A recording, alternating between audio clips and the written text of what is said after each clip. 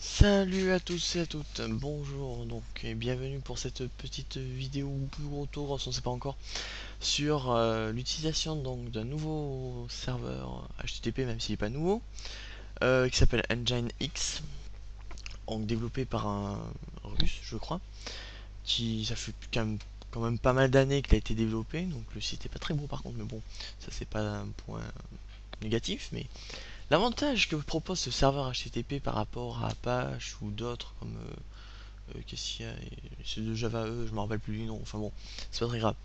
L'avantage qu'il a lui, c'est qu'il est beaucoup plus rapide, surtout au niveau des requêtes. C'est-à-dire que là, je vais vous montrer un petit tableau qui va vous montrer l'efficacité. En bleu, nous avons Apache, et en rouge, nous avons Nginx. C'est par rapport au nombre de requêtes, le temps de réponse de la requête. On voit que par exemple, dans les 100 premières requêtes, c'est assez stable, jusqu'à 600. Bon, 700, il y a un pic, ça doit être un problème de réseau, parce que ça, c'est pas logique. Mais par contre, au-delà de 1000, on voit effectivement qu'Apache commence un peu à un peu bouffer trop de RAM, et puis même ramer comme un porc. Alors que on a derrière la fin un Nginx qui suit totalement son objectif de être en dessous de 0,5 secondes, millisecondes pour obtenir un temps de réponse ultra rapide. Donc aujourd'hui, nous on va voir comment l'installer Nginx sur un serveur Debian. Donc je me suis déjà configuré un petit serveur Debian sur VMware, comme j'avais fait pour la dernière fois avec Apache. Et donc là on va utiliser un PuTTY pour le SSH parce que là j'ai très peu configuré la machine, je l'ai juste mis à nu comme ça. Donc nous allons configurer la machine pour qu'elle soit accessible en externe et aussi accessible pour tout le monde. Alors accessible en externe sera juste accessible en local parce que là je suis sur un serveur distant, c'est un peu compliqué mais on s'en fout. Donc on va télécharger PuTTY, vous vous rendez sur PuTTY, vous tapez ça sur Google, vous trouverez rapidement, c'est dans les premiers liens. Et vous tomberez sur la PuTTY download page, et puis ça sera le for Windows or on Intel 86. Bon, AMD ça fonctionne aussi, c'est juste parce que Intel 86 c'est pour les 32 bits. On s'en fout, même si je suis sur 64, ça me pose pas de souci. On enregistre le fichier, c'est fait, ça va tellement vite. Et donc là, on va aller chercher l'IP. Donc pour trouver l'IP locale de votre machine, une solution la plus rapide que je vais vous expliquer parce que l'autre je la connais plus. Vous faites route, vous vous connectez en gros. On attend un peu. Ah, j'ai oublié d'activer mon pad numérique. Ça marchera mieux sûrement. J'ai encore dû me planter, ouais. Attendez, je regarde. Ouais, là ça fonctionne. Bon, je vous rassure, le mot de passe, j'ai pas mis un truc ultra compliqué, j'ai mis un 2, 3, 4, 5, 6. Hein. C'est pas la peine d'être trop compliqué parce qu'après sinon. Ah, zut, c'est un clavier QWERTY, youpi. Ça va pas le faire. Là, bon, c'est pas grave. Donc là, on fait un IP ADDR show. Voilà. Et donc là, on va pouvoir trouver l'IP. Alors, je vais vous montrer avec le curseur, ce sera mieux. Sur le inet du ETH0, on a le inet qui est donc l'IP local. Donc là, c'est 192.168.48.32. Je vais la noter comme ça, moi, ça m'évitera de l'oublier par la suite. Alors, j'avais dit 192.168.48.132. Hop, ça c'est fait.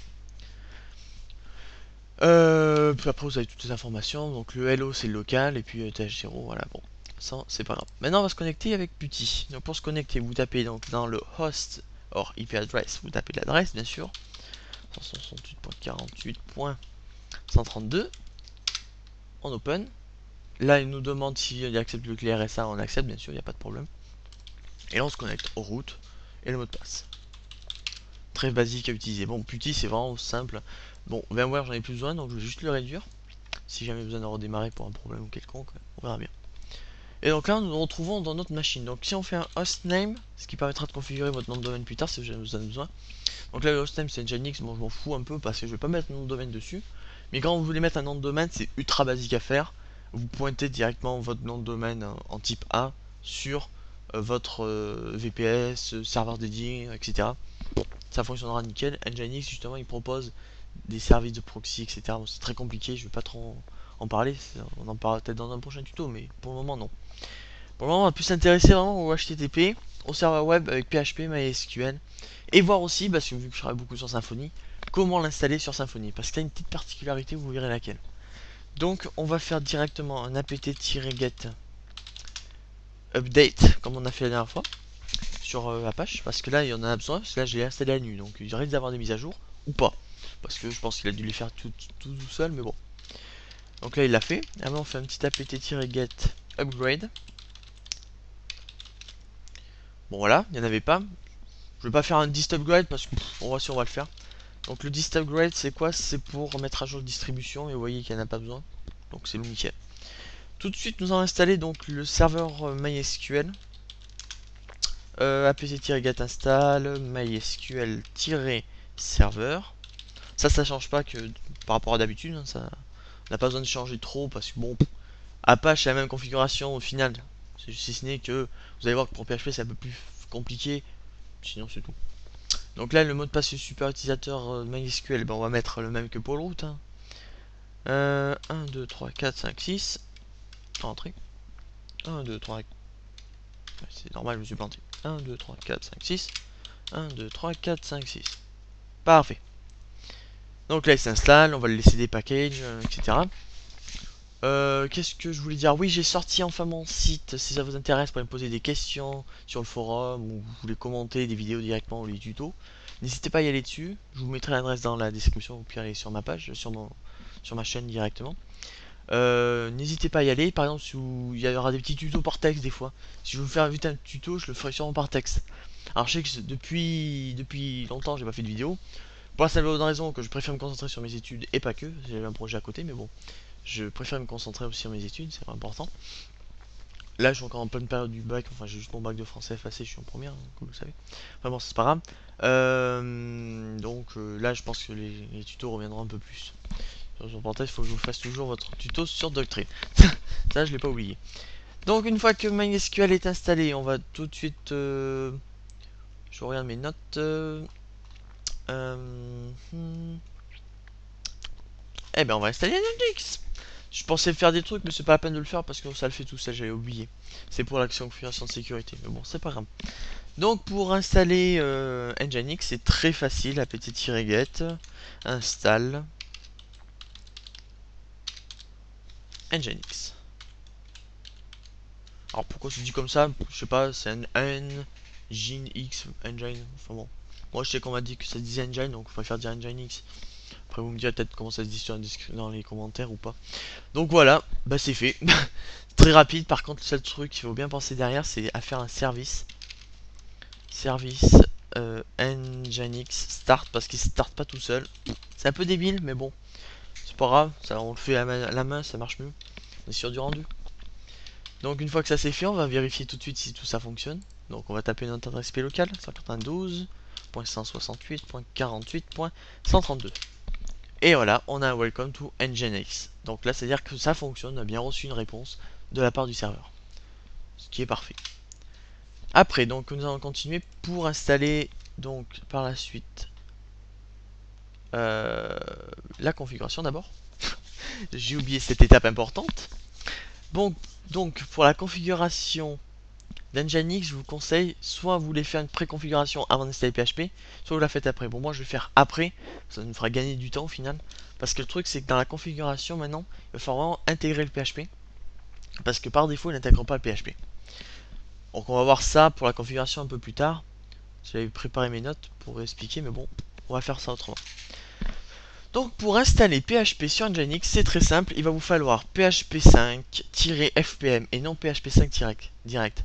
Pourquoi le FPM? Parce que c'est le fast process, je sais pas quoi. Fast process method, je dis peut-être des conneries, mais bon, c'est pas grave. Ou là, je dis un truc méchant, enfin, c'est pas grave. apt-get install. Ça, c'est la base sur Linux. PHP 5-fpm, PHP 5-mysql, parce que vu qu'on a installé MySQL, c'est intéressant. PHP 5-curl, parce qu'on va le mettre, ce sera fait. C'est pour Symfony par la suite. PHP 5-intl, ça aussi c'est très important pour PHP.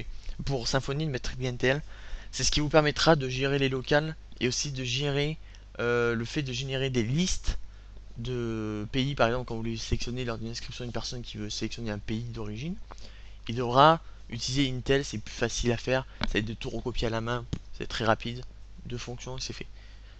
Voilà, donc là on va taper ça, PHP. Ah oui, j'ai oublié une lettre, ça marchera mieux sûrement. Hop. Voilà, ça marche tout de suite mieux. Donc là on met oui. Donc par défaut, vous avez juste appuyé sur entrée, vous devez connaître ça, je pense. Voilà, ça s'installe. Alors là. Voilà, donc là, vous voyez, non, c'est FastCJ en fait. Process Method Manager. Bon, j'étais presque, hein, c'est pas manager, c'est méthode. J'avais dit méthode, c'est pas manager plutôt. Enfin voilà. Donc là, on peut dire que ben on a fini la configuration de PHP. Parce que là, c'est-à-dire qu'il est bon. Maintenant, on va juste peut-être faire une petite modification dans la configuration de PHP. Donc pour faire cette petite configuration, on va juste installer l'éditeur Nano parce que je préfère Nano à Vim. C'est plus graphiquement, c'est plus joli. Je crois que maintenant il est installé par défaut. Ouais, c'est ça, c'est bien ce que je pensais. Donc là, on fait un petit nano du slash etc php5 fpm pool, enfin pool.d. On va le lire à l'anglais. Et après, c'est www.conf. Donc là, on va avoir une tonne et une tonne de configurations, mais en fait, on s'en fout un peu. On va directement là où ça nous concerne. Dans le listern, il faut bien penser à voir que c'est bien écrit /var /run /php 5-fpm.soc. Normalement, par défaut, moi maintenant ça a été corrigé, mais j'avais vu des cas où ça n'était pas corrigé par défaut, surtout sur Debian 6, où là, en fait, ça mettait 127.0.0.1 de .9000. Et en fait, ça, il fallait le changer par ça, parce que sinon, après, ça pouvait pas fonctionner. Enfin bon, c'est un peu bizarre comme comportement. Enfin bon, on va le laisser comme ça, vu qu'il est déjà par défaut. On en quitte et on fait un sudo. Pardon. Pourquoi j'ai un sudo? Sudo, c'est sur Ubuntu. Donc là, on fait directement un service. php5-fpm restart. Donc là, on restart le PHP5 Process Manager. Et là, on va créer donc tout de suite notre petite configuration pour juste un petit truc en PHP rapide. On va pas s'embêter la vie à faire avec d'autres trucs. Donc on va tout de suite aller configurer notre magnifique site. Donc pour configurer Nginx, très facile. On fait un nano /etc /nginx /site enable, site enable si vous préférez, avec un S pour site, bien pensé. Et après vous mettez default. Donc ça c'est la configuration par défaut de Nginx. Donc ce qu'il faut penser, c'est qu'on va tout de suite virer le commentaire qui dit pour l'écoute du port 80. Donc là il va écouter sur le port 80. Après vous sélectionnez l'endroit où vous voulez mettre votre site. Donc moi je vais changer parce que j'ai l'habitude d'utiliser Apache. Donc je préfère quand même utiliser le répertoire par défaut d'Apache. Donc vous connaissez, c'est var /www /www je crois que non, sans slash à la fin, j'ai oublié le... Ouais, c'est ça. Pour les index, donc les index, comme vous l'avez remarqué, c'est ce qui fait que automatiquement il va détecter ce fichier, il va le charger automatiquement, donc c'est l'index.php, .html, etc. Donc là, on va rajouter juste après l'index.html, index.html. Bah, .php, je dis ça et puis je note ça. Bon, le serveur name, en fait, vous allez mettre votre nom de domaine. Donc, si par exemple c'était pijou.fr, vous aurez mis pijou.fr espace www.pijou.fr. Bon, moi je vais pas l'utiliser, donc je vais laisser localhost. On va pas t'embêter la vie. Ça nous facilitera la vie. Ça veut rien dire ce que je viens de dire. Après, donc les locations, c'est là que vous allez faire en fait vos différentes réécritures d'URL. Et oui, parce que le problème qu'on avait, c'est que Symfony réutilise l'écriture d'URL comme vous le savez avec le app_dev.php/ et derrière vous avez une réécriture d'URL. Ce qu'il faut savoir, c'est que Nginx ne supporte pas les .htaccess que Symfony met par défaut dans sa configuration. Donc, ce qu'il faut faire, c'est que pour faire une réécriture d'URL, il faut le faire directement à la racine de la configuration. Pour ça que je pense aussi, alors je suis pas sûr, je dis peut-être des âneries, je sais pas, il faut peut-être me l'expliquer encore, c'est que certains hébergeurs ne proposent pas Nginx pour la simple et bonne raison que ça enlève le support de beaucoup de CMS qui utilisent la réécriture d'URL, mais aussi que ça enlève le support de Symfony et beaucoup de frameworks. Parce que je pense que la configuration, étant donné que ce n'est pas public, et fort heureusement, ça serait l'anarchie totale, ils ne proposent pas, donc les hébergeurs ne proposent pas d'utiliser Nginx pour leurs hébergements. Bon, Après, je sais pas, peut-être qu'il y a une solution qui existe, j'en ai aucune idée, mais en tout cas, c'est vrai qu'Nginx c'est quand même mieux pour le site Symfony. Même sur Windows, je sais que ça existe sur Windows, donc je vous conseille franchement. Donc pour la configuration euh, sous Symfony, je vais juste aller la regarder sur ma configuration à moi parce que je l'ai perdu. Je sais pas pourquoi. Hop, je me connecte sur mon serveur à moi. Si je me trompe de mot de passe aussi, mais décidément aujourd'hui le mot de passe c'est pas ça, hein. Je m'excuse, mais donc là je fais un nano du slash etc. Vous voyez pas, mais bon, je le fais sur mon PC à côté. Donc slash etc slash nginx slash sitenable slash default. Voilà, donc là j'ai toute ma petite configuration. Bon, vous la voyez pas encore, mais bon, moi j'ai ma petite configuration sur le côté, c'est super. Donc pour Symfony, dans la location par défaut, on va mettre tout simplement, on va virer tout ce qui est écrit, on va virer les commentaires, etc. On va pas en avoir besoin, c'est pour ça qu'on va le faire, hein. Pareil, le try qui n'est pas commenté, vous le virez parce qu'on va la réécrire parce qu'il va falloir intégrer donc justement le app.php. Donc en fait, les locations, c'est quoi? C'est par exemple là, la location slash, c'est quand vous faites directement localhost. Ça, c'est location slash. Si vous faites la location slash doc, ça va être une nouvelle emplacement, quoi, en gros. Donc en gros, là, qu'est-ce qu'on va faire? On va faire un try. En gros, on va essayer de lire le fichier. Donc try files. $URI. URI, vous savez ce que c'est? C'est dans l'URL, c'est ce qui reste après le nom de domaine et son extension. Donc en gros, c'est après le slash, par exemple app.php, etc. Donc là, on dit qu'il faut qu'il teste la possibilité d'aller sur le slash app.php. Donc là, le app.php, vous savez ce que c'est? C'est donc le comment s'appelle ah, j'ai perdu le nom. Bah, le app.php de Symfony, tout simplement. Juste petite information, c'est que vu que le app est dans le dossier web, il faut penser à préciser que dans le root, vous voulez que ce soit dans le dossier web. Après, c'est le choix que j'ai fait. C'est peut-être pas un choix judicieux. Je pense qu'il vaut mieux que vous rajoutez derrière URI slash web slash app.php. C'est peut-être une meilleure solution. Mais c'est peut-être plus pour aussi pour la configuration par la suite qui sera plus simple, vous verrez pourquoi. Donc après le PHP, le point PHP, il faut bien penser à mettre le dollar is underscore args, donc c'est les arguments. C'est-à-dire les arguments, vous savez ce que c'est le slash home, slash forum, enfin j'en passe des meilleurs. Et après vous mettez encore un autre argument, dollar $args, là ça va être les end user égale, je sais pas, tartampion, enfin voilà. Ça c'est vraiment la configuration de base. Pareil qu'en PHP pour Nginx, la configuration doit mettre un point virgule à la fin, c'est très important. Je vérifie même si je l'ai pas oublié, je l'ai pas oublié, ça tombe bien. Donc après, on va virer donc la location doc parce qu'on n'aura pas forcément besoin, nous sommes bien d'accord, en plus ça peut poser des soucis de configuration, mais on va garder le location. Maintenant on va configurer pour que, en fait, quand on choisisse le app.dev ou la configuration de Symfony qui est un dossier, un fichier PHP, que ça nous redirige bien et que ça nous récupère notre URL. Donc là on va faire une location qui est déjà notée, je suis débile. Donc on fait les petites vagues avec Alt-GR2, un espace pour l'appliquer. En théorie c'est la tilde en espagnol. Si je fais vous voyez, c'est le tilde de l'espagnol. Après on fait accent circonflexe, donc là pas un espace pour l'appliquer, pour éviter que ça mette sur une lettre, slash. À chaque fois je me fais avoir parce que nano, il faut faire attention, c'est que tout ce qui est pavé numérique il ne prend pas en charge, même avec le verrouillage numérique. Il faut penser à utiliser donc les touches de son pavé numérique en haut avec les and, etc. Donc pour le slash, on va faire un slash à la majuscule. Slash, entre parenthèses, et là vous mettez les différents fichiers PHP auxquels vous avez accès. Donc le app ou le app underscore dev ou le config, tout simplement. On ferme la parenthèse, anti-slash.php. Donc là, c'est-à-dire qu'on applique le point PHP à tout ce qui est dans notre tableau. Et après, on met des arguments, donc avec le slash ou dollar. Ça, j'ai pas encore trop compris à quoi ça servait.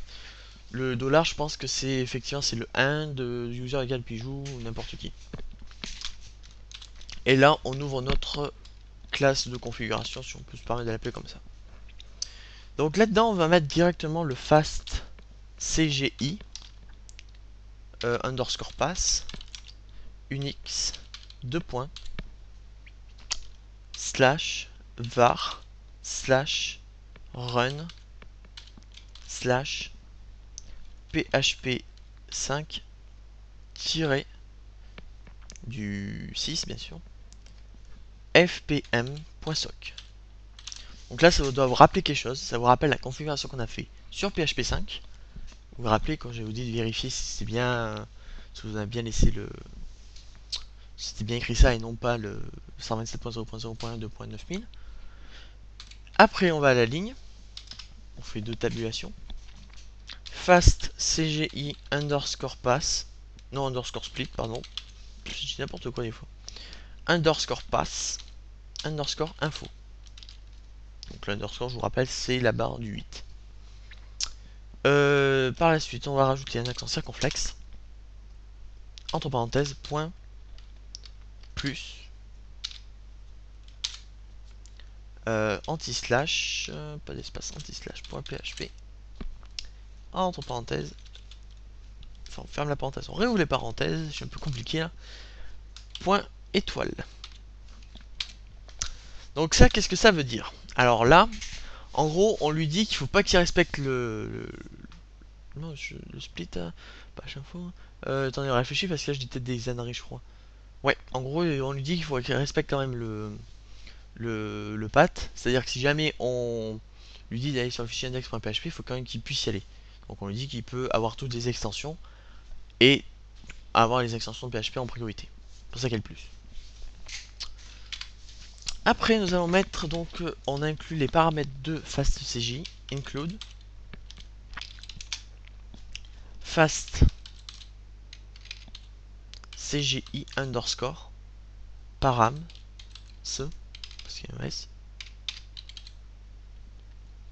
point virgule, à la ligne, double tabulation, fast CGI underscore, param, là il n'y a pas de S par contre, bien penser à ça, c'est un peu compliqué je trouve, param, si je fais des fautes ça marchera pas je pense, script en majuscule, underscore filename toujours en majuscule,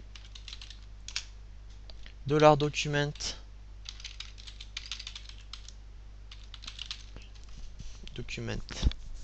underscore root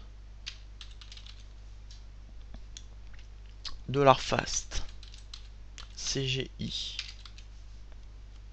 underscore script underscore name. Je vais juste me décaler parce que je suis à fond sur ma ligne. Voilà, underscore name, point virgule. Donc là on lui donne des paramètres, je ne peux pas vous expliquer parce que moi-même je sais pas du tout ce que ça veut concrètement dire comme paramètre, j'ai pas trop étudié les configurations encore. Donc voilà. Après on va mettre un autre paramètre, fast underscore CGI underscore param HTTPS off. Donc là, si vous voulez mettre le HTTPS et le forcer, vous faites on et vous faites un proxy pass et vous le renvoyez sur le port 443. Moi, pas besoin de le faire, je le mets directement comme ça. Alors, qu'est-ce qu'un proxy pass? Je vous l'explique rapidement parce qu'il y a la configuration. En gros, vous dites s'il utilise le slash location slash, on le fait un proxy pass vers HTTP 2.116.0.0.1 2.443 et là, il va être redirigé vers HTTPS, il n'y aura pas de souci. Après, donc, tout ça, on n'a pas à avoir besoin. Je réfléchis, tac tac tac, vous voyez la configuration de PHP par défaut, sauf qu'il est un peu. Il est pas très bien par défaut, enfin c'est pas très grave.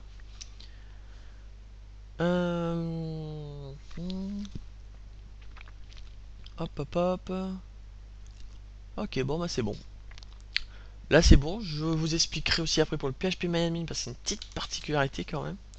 Donc là on veut sauver, oui, il n'y a pas de souci, je le veux, on le garde. Et là on fait un service Nginx restart.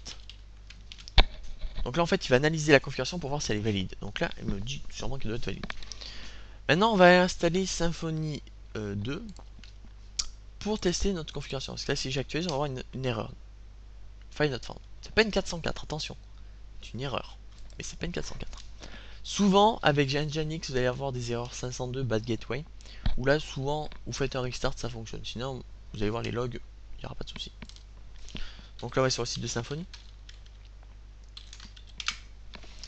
Qui a une petite particularité, c'est que maintenant pour l'installer, vous avez encore les zips, mais bon, on vous conseille quand même d'utiliser le composer, on va vous forcer à l'utiliser dans les prochaines versions.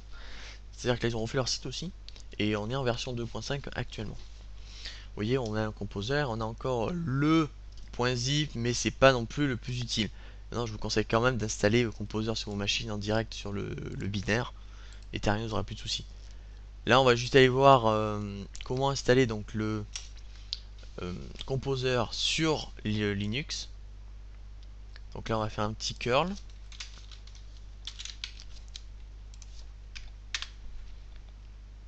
PHP introuvable. Oui, j'en étais sûr, j'ai oublié quelque chose. Je me disais aussi, il faut installer le PHP CLI. Parce que là on n'a pas les commandes line. Donc on va l'installer. apt-get install php5-cli. En fait, ça c'est un truc bête, j'ai complètement oublié. Mais vous allez voir que si jamais vous oubliez ça, vous n'allez pas avoir le PHP en commande. C'est-à-dire le PHP-v, vous pouvez pas l'avoir. Maintenant on l'a. Si je fais PHP-v, vous allez voir qu'on peut l'avoir. Voilà. En PHP 5.4.4, j'ai pas mis à 5.5.5. C'est pas grave.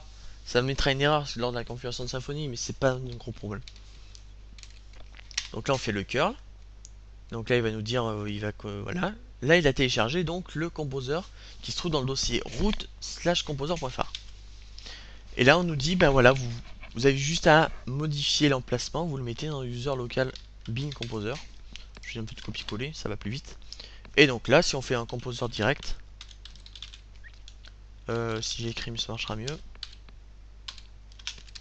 Je viens de tirer version. Voilà, là on a bien la version et ça fonctionne. On a installé Composer sur Debian. Très basique à faire. Sous Windows c'est encore plus simple, c'est que vous avez un exécutable, vous l'exécutez, vous redémarrez votre PC, votre console, terminé.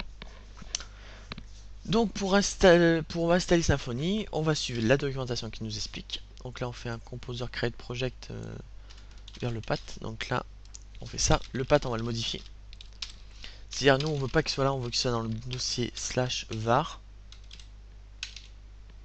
www. Sauf qu'il n'existe pas, donc on va juste avant le créer. J'oublie plein de trucs, c'est une horreur aujourd'hui. mkdir /var www. Et là on peut effectivement coller notre commande. Et on va l'exécuter avec un /var w. Et maintenant on va attendre un peu. La configuration, là il va télécharger, donc il va télécharger Symfony, etc. Bon, ça va quand même assez vite parce que je suis sur un serveur distant. Donc une connexion de serveur ça devrait le faire. Qu'est-ce que je voulais vous dire pendant ce temps? Oui, donc je pense que vous avez dû le savoir, c'est que enfin le savoir non, mais le site que j'ai fait a été codé donc, sur Symfony, ça ne vous étonne pas. Mais à part le forum, parce que je suis en train de le créer, donc pour l'instant j'ai mis un CMS temporaire. Y a pas de souci, vous pouvez quand même y aller dessus. Et le site est fait sous Nginx, qui permet donc que vous testeriez, je sais pas si ça se dit comme ça, la configuration d'Nginx sur Symfony. Vous verrez que c'est assez puissant. Parce que pour un ordre d'idée, environ, quand je faisais du développement, Symfony, je mettais à peu près bien 1000 millisecondes sur machine pour le... ou un petit peu moins quand même, 600 millisecondes pour la génération. Que là, sur une machine comme ça, je peux monter facile à 100 millisecondes de génération. C'est-à-dire qu'on est quand même beaucoup plus rapide que pour un site classique. Vous voyez quand même ça va vite, d'habitude ça prend beaucoup de temps sur un PC classique. Bon. Alors, la petite nouveauté qu'il y a sur l'utilisation donc de Symfony en dernière version, c'est que on nous dit vous voulez tester la structure de dossier de Symfony 3? Et bien rien que pour vous montrer, je vais mettre oui parce que je la connais, je l'ai déjà testé. Et entre parenthèses, le site que j'ai fait est avec la structure de Symfony 3. Donc là je mets oui. Donc le database driver, je laisse PDO, ça je laisse. La database name on laisse. Le mot de page, je vous ai dit c'était 1, 2, 3, 4, 5, 6. Le SMTP on laisse par défaut. La locale ça va être FR. Et là on va laisser le truc par défaut. Dans les paramètres depuis quelques versions, déjà depuis la 2.4 je crois, on a aussi le debug toolbar, on va mettre à true. Le debug redirect on va le laisser à false. Et le use asset controller on met à true. Voilà, donc là il vide son cache, il fait tout son travail, il a terminé. Petite chose à penser, étant donné que nous sommes sous Linux, il faut penser au cache. Donc là on fait un petit chmod avant. 777. Non, attendez, je dis n'importe quoi d'avant de faire ça. On va directement aller voir la structure des dossiers. Et là, si on fait un petit ls, on verra qu'il n'y a pas grand chose qui change. Donc on a toujours notre app, notre dossier binaire, qui sera plus important maintenant, vous verrez pourquoi. Un dossier composer.json, un document plutôt, un composer.log, la licence, le PHP unique maintenant qui se trouve directement à la racine. Ça c'est une petite nouveauté, parce qu'avant il se trouvait dans les dossiers, je crois que c'était un app si je ne me trompe pas.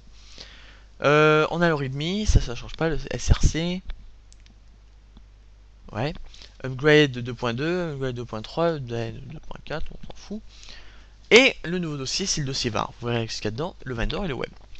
Donc, pour la console, la petite nouveauté, c'est que c'est plus dans le dossier app. Bah, si j'y vais dedans,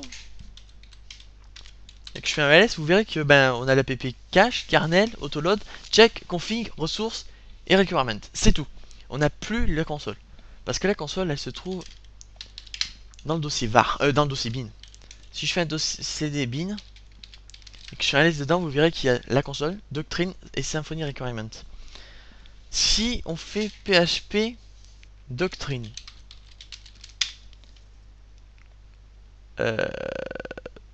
you are missing click config. D'accord, donc en gros il faut. Bon, j'ai rien dit pour ça. Par contre, il faut installer un truc. Je savais pas ça. Tiens, il faudrait que je regarde. Par contre, pour la console, vous verrez que ça fonctionne nickel comme d'habitude. La console marche parfaitement bien. Et donc, on a le dossier var qui est en fait l'endroit où sera le cache et les logs. C'est-à-dire qu'ils sont séparés du app. Ce qui permet en fait de, entre guillemets, optimiser la rapidité du processus. Donc, on va se rendre sur notre magnifique site local pour tester. Et là, on n'a rien. C'est normal. Non, c'est pas normal. Je sais plus, il faut que je regarde. Ah, si, je sais pourquoi. Si le cache, c'est pas généré.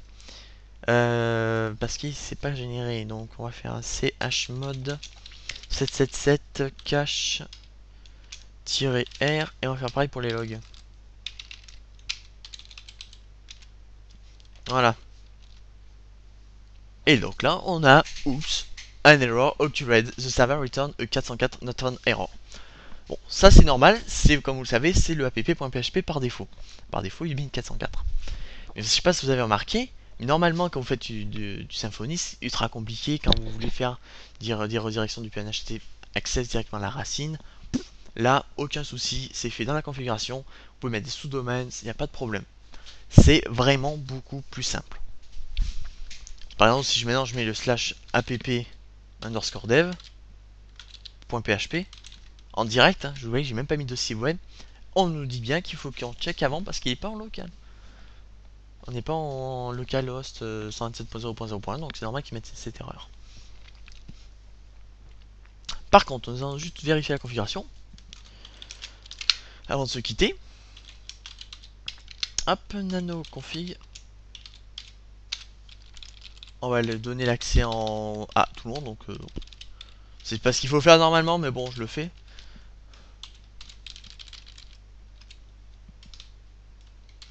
Voilà.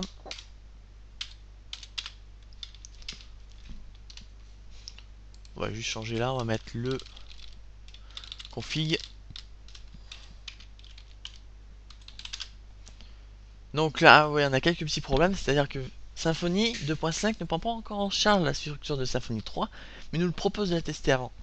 C'est-à-dire qu'il nous met quand même qu'il faut changer les permissions du app cache et du app log, sachant qu'il n'y a plus besoin étant donné que c'est pas cet endroit qui sont placés. C'est pas grave, vous avez juste à faire un chmod app cache, app log, c'est très rapide, vous avez créé le dossier et après vous le laissez, ça marchera quand même. Par contre, là on a un truc assez important, c'est le datetime zone qui n'est pas configuré par défaut. Et donc là en bas vous voyez il nous dit bon, pour changer tes paramètres il faut que tu ailles dans le dossier etc php5 fpm php ini. Ça, je ne vais pas vous l'expliquer. C'est très rapide à faire. Vous allez juste faire un anneau de ce document. C'est facile à faire. Donc, en gros, il nous dit après que les requirements et files sont pas à jour. Ça aussi, c'est normal parce qu'on est en structure Symfony 3. On n'a pas activé le PHP accélérateur APC. Je vous expliquerai dans un prochain tuto pour l'utiliser parce que c'est un peu beaucoup compliqué. Et le short OpenType qui est pas set à off. Et il faut le mettre dans le php.ini. C'est très simple. Donc voilà, c'est à peu près tout pour cette magnifique configuration sur Nginx. Juste pour vous montrer la rapidité donc, de génération, je vais quand même vous montrer sur le app underscore dev.php avec la petite debug toolbar. Ah, j'ai du mal avec Nano en ce moment.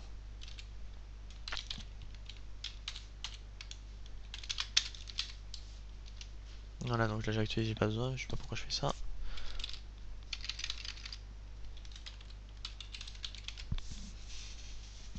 Et donc, comme vous pouvez le voir, on a eu 432 millisecondes de génération. Je l'actualise une fois, 135. C'est en fait pour 400, il y avait les caches qui ne s'étaient pas générés. Là, nous sommes à 135 en moyenne de génération. Et donc, vous voyez que ça change pas, c'est toujours aussi rapide. C'est vraiment bien fait en plus, je trouve quand même pour un serveur web qui est censé aller pas forcément très vite, je trouve quand même qu'il va quand même assez vite. Pourquoi je dis ça? Je dis n'importe quoi moi en ce moment. Je vais pas bien, je pense qu'il va falloir que j'arrête la vidéo parce que je fais n'importe quoi à la fin. Donc vous voyez que par exemple les appels, ça met même pas 5 millisecondes à peu près pour faire des appels sur des gros fichiers. Par exemple là on met 27 millisecondes sur un fichier qui fait 11 MB. C'est-à-dire que derrière on fait 2 millisecondes sur un fichier qui fait 6 MB. Bon là on est vraiment rapide quand même, hein. C'est vraiment bien optimisé je trouve. Moi j'aime bien. Personnellement je vais utiliser que ça maintenant. Depuis qu'on l'a fait découvrir, je n'utiliserai que Nginx. À WAMP j'utilise toujours pour autant, hein, attention. Mais je vous conseille quand même de passer vos serveurs sous Nginx. C'est ce qui se passe de plus en plus, c'est-à-dire qu'aujourd'hui, je crois que c'est 90% des serveurs sont encore sur Apache, mais bientôt ils vont passer à 50%. On va avoir quasiment du 50-45 parce qu'il faut penser qu'il y a 5% des serveurs qui sont autres. On a par exemple les serveurs sous Java EE, je ne me rappelle plus du nom. On a les serveurs web indépendants ou propriétaires comme Google A. Avant ils n'utilisaient pas Nginx, mais ils utilisaient d'autres moteurs. Bon. Après Nginx, c'est vrai que bon, il y a pas mal de sites qui utilisent, donc certains je vais pas dire le nom. Par exemple, je sais qu'il y a Facebook, je crois, qu'ils utilisent, ou alors ils utilisent mais modifiés à leur sauce, parce que bon, voilà. Prenez d'autres sites, voilà, c'est à peu près tout. Donc, on se retrouve dans une prochaine vidéo d'ici à pas longtemps, je pense. On verra. Et puis, on se retrouve donc dans un prochain épisode. Sur un prochain épisode, j'espère faire Doctrine, mais je suis pas sûr encore. Allez, à plus les gens. Salut à tous.